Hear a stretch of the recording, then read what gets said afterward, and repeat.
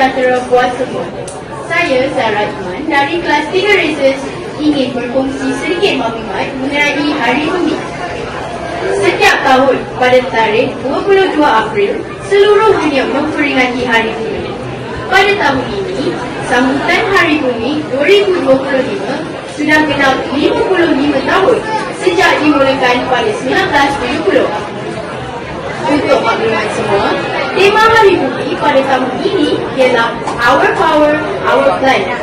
Tema Hari Bumi 2025 menyeru orang ramai di seluruh dunia untuk bersatu bagi menyokong tenaga boleh diperbaharui dan menyeru peningkatan 3 kali ganda penjanaan elektrik yang boleh diperbaharui global menjelang 2030. Sebagai contoh, tenaga yang boleh diperbaharui ialah tenaga solar. Bagi pengetahuan semua, sekolah kita juga menyokong tenaga yang boleh diperbaharui dengan bantuan unit Eco-Tools SMK TTDI. Jadi, saya berharap agar semua dapat berganding bahu dan menyambut tema Hari Bumi pada tahun ini.